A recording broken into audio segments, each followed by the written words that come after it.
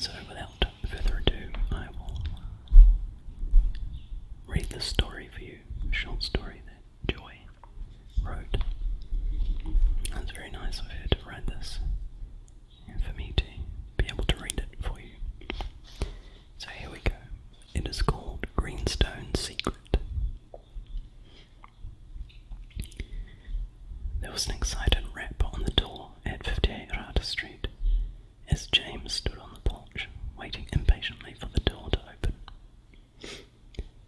He was there to pick up his best friend, Tama. They were going to spend the next 2 weeks of the Christmas holidays together at his parents' beachside patch. Tama's solo mother worked as a caregiver at the local rest home, and she had been rostered on duty over the Christmas break. So when the opportunity came up for her son to join his friend's family for Christmas, she was very happy to let him go and have some fun. It didn't take long for James to hear the sound of feet running towards the door from the other side. Tama threw open the door and stood there with his blue backpack over his shoulder and black sleeping bag by his side, looking extremely happy to see his friend. Mrs. Hinare looked up behind her son and smiled down happily at James. Tama has been up since 5 a.m. this morning. He has been looking forward to this trip ever since you broke up from school, Mrs. Hinare said, grinning broadly. She then bent forward to give her son a hug. Now make sure you remember your manners, Tama, and be a good boy for the Robinsons. All good, Mum, Tama replied, as he almost struggled free from his mother's grasp. At age 11, it wasn't cool to be cuddled by your mother in front of your friends. It just felt awkward. Well, have a safe trip and enjoy yourselves, Mrs. Hinare added, as the boys started to head back down the path towards the Robinsons' SUV. The sun shone down brightly on the carload of passengers as they made their way along the winding road, heading for the coast. Mr. Robinson had inherited the batch from his grandparents, and it was always a family tradition to head there on Christmas Eve for the holidays. However, this was the first time James had actually been allowed to invite a friend along for the trip. Normally there was not enough room for any extras, but now that James's older brother Chris had gone to study in England, there was a spare bed in the boys' room at the patch. Tama's mum couldn't afford to buy him a cell phone, so James refrained from playing Pokemon Go on his mobile, even though he was itching to try out new locations. Instead, they played car games like I Spy, and seeing how fast they could get from A to Z, reading the number plates of the vehicles that passed them by. With these distractions to entertain them, it didn't take long before the car was winding its way down the final stretch of road towards the small beach settlement. The sun's rays shone down on the sea and made it glisten like diamantes on a blue-stained ball gown. Not that these two young adventurers were remotely interested in such terminology. All they wanted to do was get out of the car, put on their togs, and race into the sea for a refreshing swim. Sadly for the boys, this was not going to happen. Well, not straight away. Mrs. Robinson wanted a hand to unpack the car, and Mr. Robinson asked James to help him remove a large branch from the front lawn, which had blown down from their bird-kawa tree. James was sad because the fallen branch was the very branch that held their tire swing in place for many years. His dad told him that he would reposition the rope onto another branch, so not all was lost. James was very fond of that old bird-kawa. It never failed to be covered in a mass blanket of red flowers right on Christmas time, even though the family used a pine tree branch as their Christmas tree inside the patch.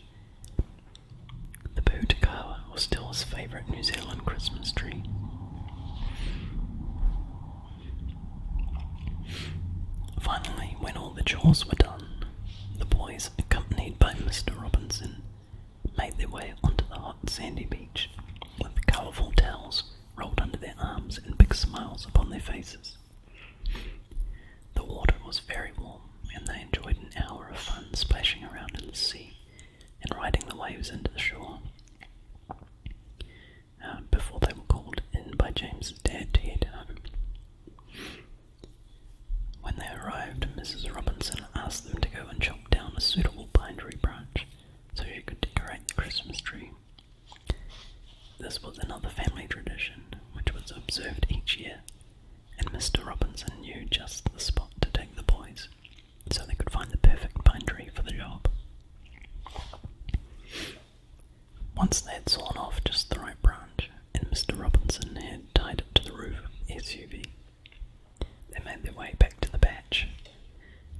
As they drove along, the boys sat in the back seat trying to rub the sticky tree sap from their hands, while the strong scent of freshly cut pine permeated the interior of the car from the open windows.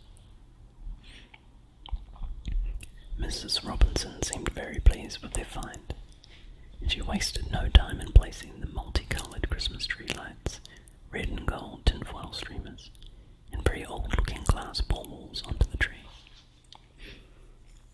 Lastly, she added 2 aspirin tablets to the water in the large bucket. "Why do you do that, Mrs. Robinson? Has the tree got a headache?"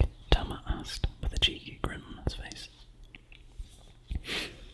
"Well, if it does, it won't have one anymore," she replied, smiling back at him. "I read that it helps keep the tree fresh for longer. I never did find out if that was just an old wives' tale, but I do it every year all the same." "I will look that up on Google," James replied, taking his phone from his pocket.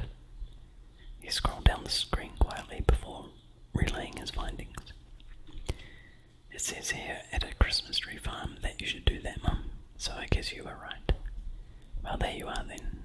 It is amazing how much we can learn from searching the internet, even though I knew it all along. Now wash up for dinner, boys. We're having a barbecue tonight." The lads did as they were told, but even after scrubbing their hands with a nail brush, there were still remnants of sticky pine sap, and refused to be washed from their palms. After a yummy barbecue dinner and a long walk on the beach that followed, both boys were ready for a good night's sleep, even though they were excited the next day was Christmas Day. They lay in bed, listening to the sound of the waves lapping upon the shore, and the distant call of a ruru. Living in the city, Tama had never heard the call of a small native owl before, but he now understood why the Pakeha white man called it a moorpork, because that is exactly what it sounded, as if it was saying, "More pork, more pork." "That bird is clever," James said sleepily to his friend, as the pair lay there in the darkness. "How come?" Tama replied, somewhat unsure what his friend was getting at. "Well, it knows Mum is cooking roast pork for our Christmas dinner tomorrow. Perhaps it is happy we're not eating turkey," Tama replied with a quiet snigger. "I don't like turkey, so I'm happy about that. Night, Tama. See you in the morning," James said in a weary voice, as he rolled over into a comfortable position and was soon asleep. Tama took a bit longer to do the same. He lay there listening to the owl, and also the faint hope of hearing distant sleigh bells ringing. But soon the Sandman took over, and he too drifted into a deep slumber. Rays of sunlight peeked through the side of the closed curtains, and its warmth fell on James' face. He opened his eyes slowly, but as soon as he realized he was at the batch and it was Christmas morning, the excitement was too much, and he jumped out of bed quickly and shook Tama firmly on the shoulder to wake his friend. "Come on, Tama, it's Christmas. Mum always lets us open our presents before breakfast. So shall we go and see if my parents are awake?" Sure enough, when the boys went into the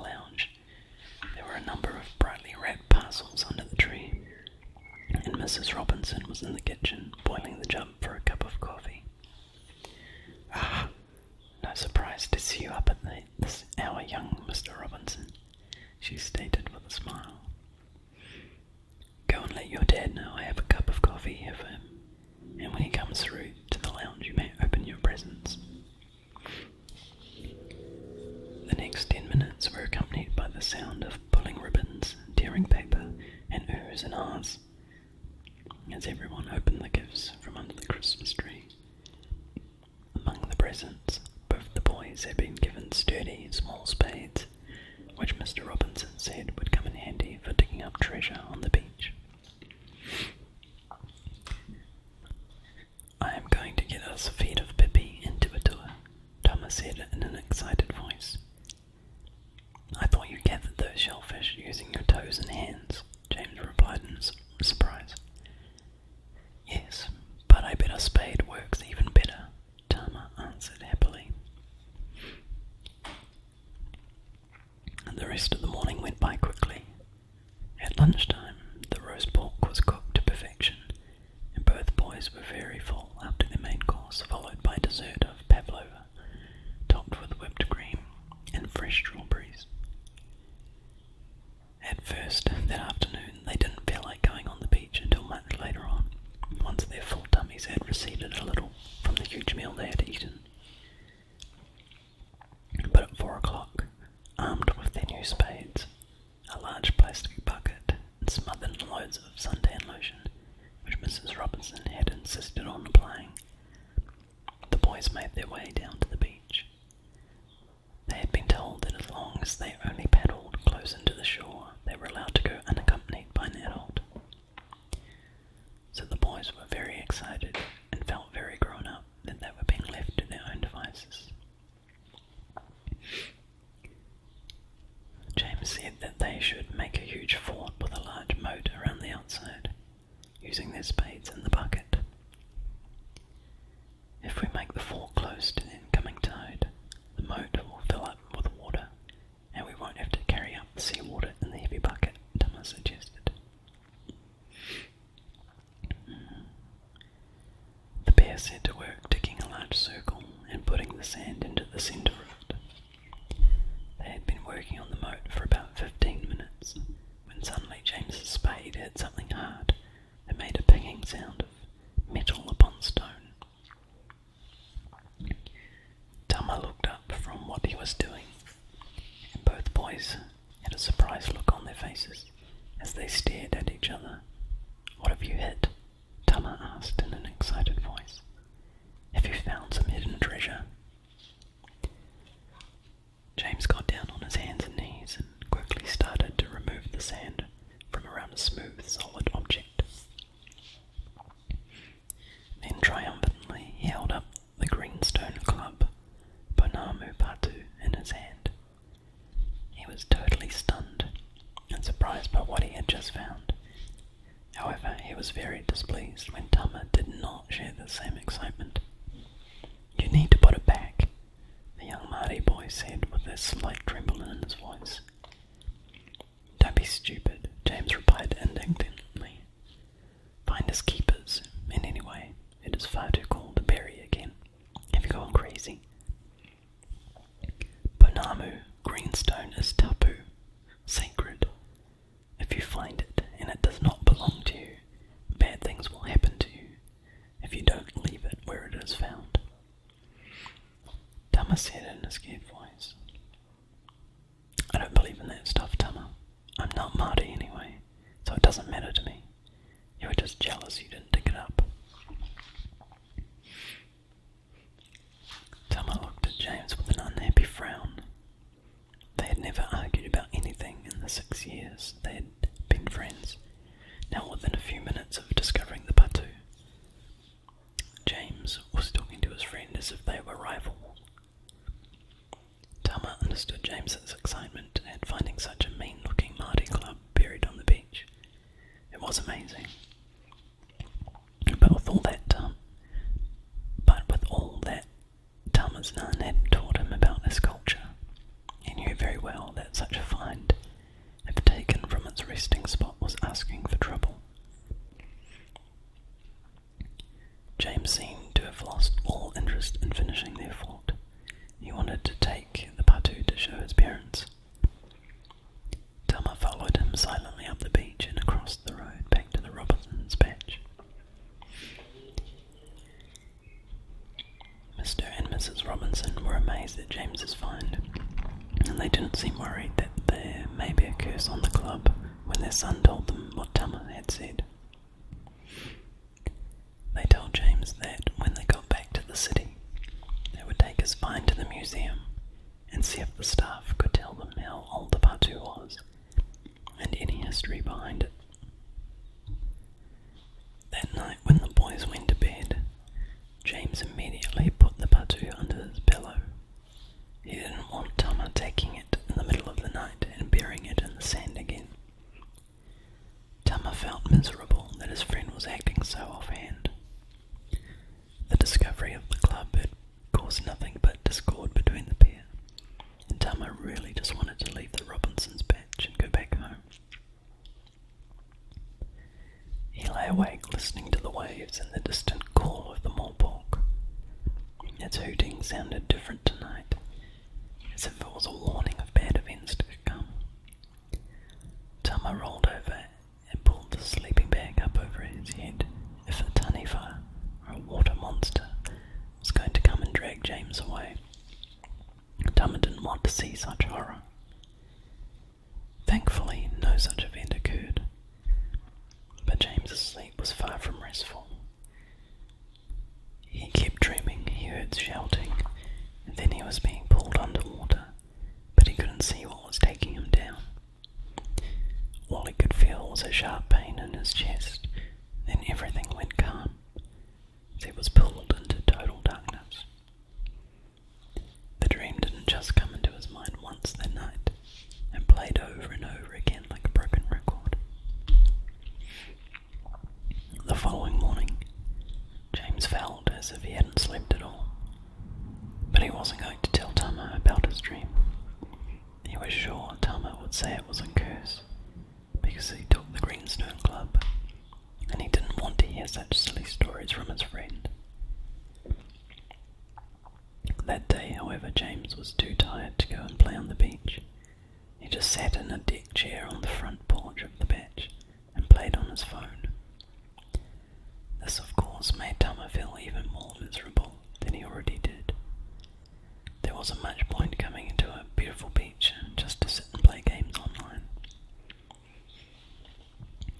Tama went and sat in the swing tie Mr. Robinson had retied to another branch of the bird tree.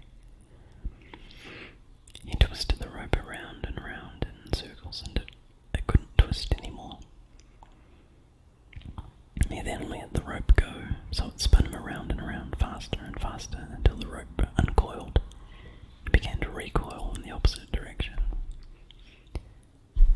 This was better than doing nothing at all, and Tama enjoyed looking up between the branches at the mass of red flowers, which turned into a maze of red and green as the tie swing spun around beneath it. The days thereafter were not much better. James had no interest in going for a swim in the beach, even though the days were very hot and the water was very warm and inviting. He kept on making excuses for not going swimming. In the end, Mr. Robinson took Tama to the beach just so he could have a dip in the sea. James was too scared to tell his parents or Tama that the same dream kept revisiting him every night. It was making him feel very uncomfortable about going near the sea. He was starting to think he was losing the plot, going crazy, but he refused to believe that the Greenstone patu had any bearing on the dreams he was having. New Year's Day came by quickly, and the following day the Robinsons packed up the car and headed back towards the city. James and Tama sat quietly in the back seat. There were no fun car games on the way home. James just sat there, holding the patu in his hands and running his fingertips along the edge of the smooth stone.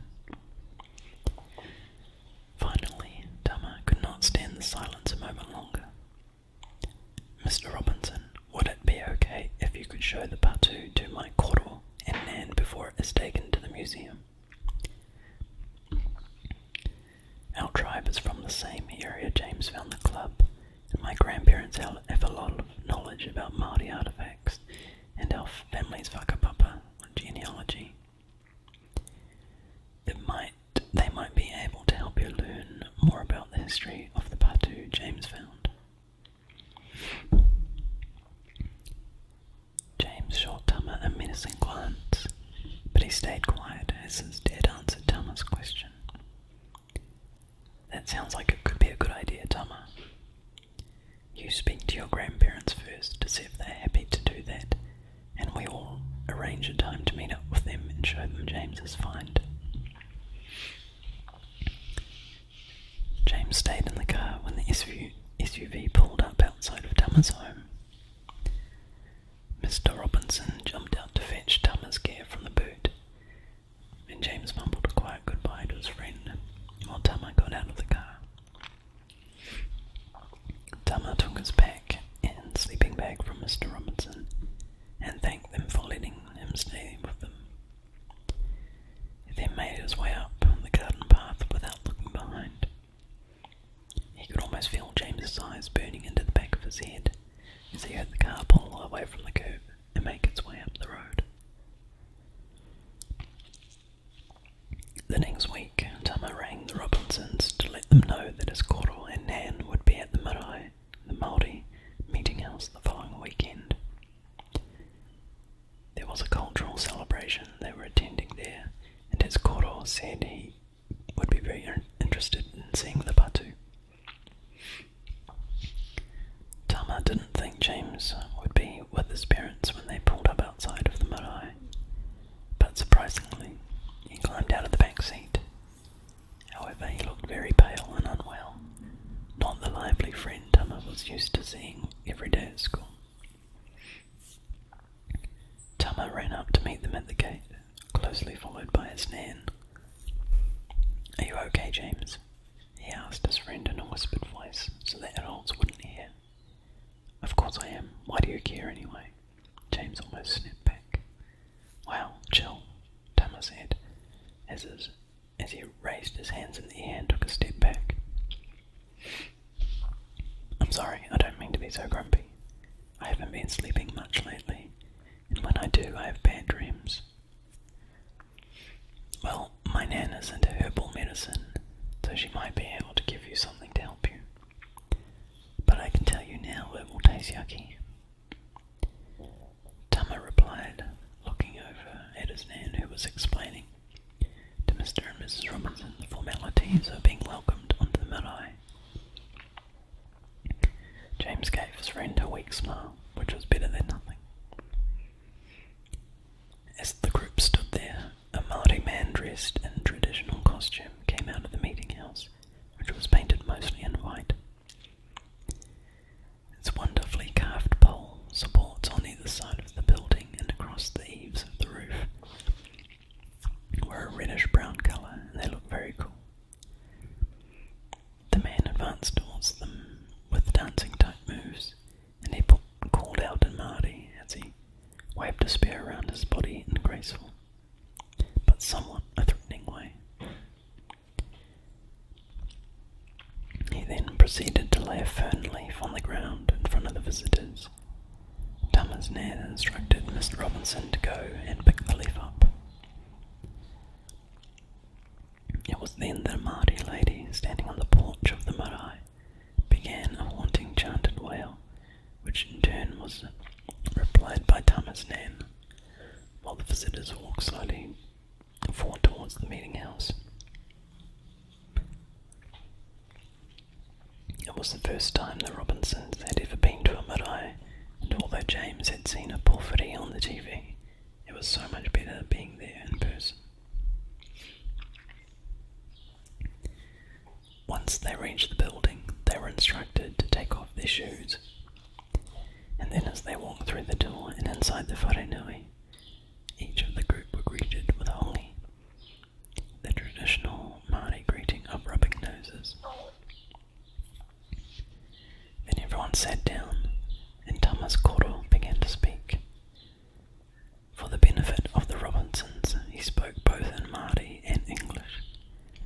Once he had finished, James's dad was asked to reply in return, basically to say thank you for the welcome.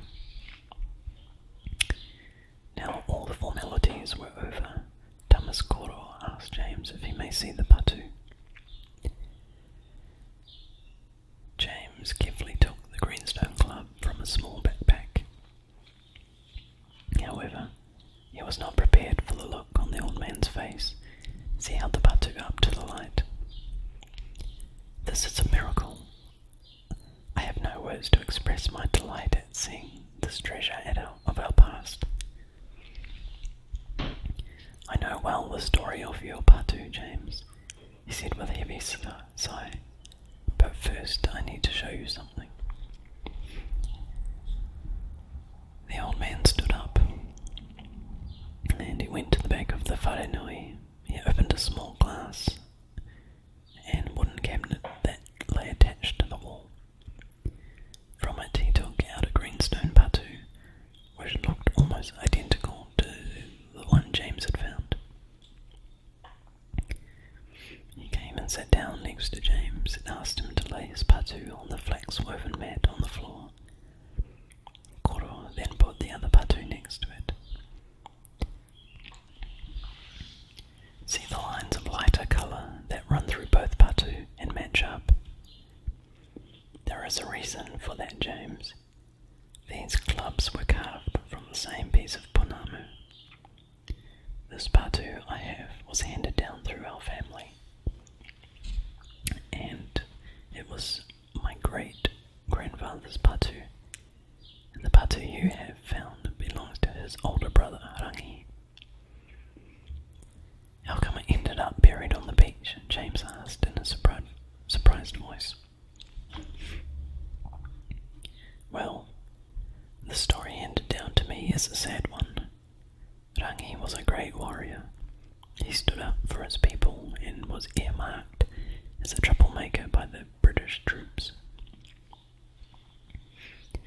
When the Māori Wars broke out, Rangi, his brothers, and other warriors from the village were going via Waka, war canoe, to meet up with other villagers and fight for the land they felt English had stolen from them.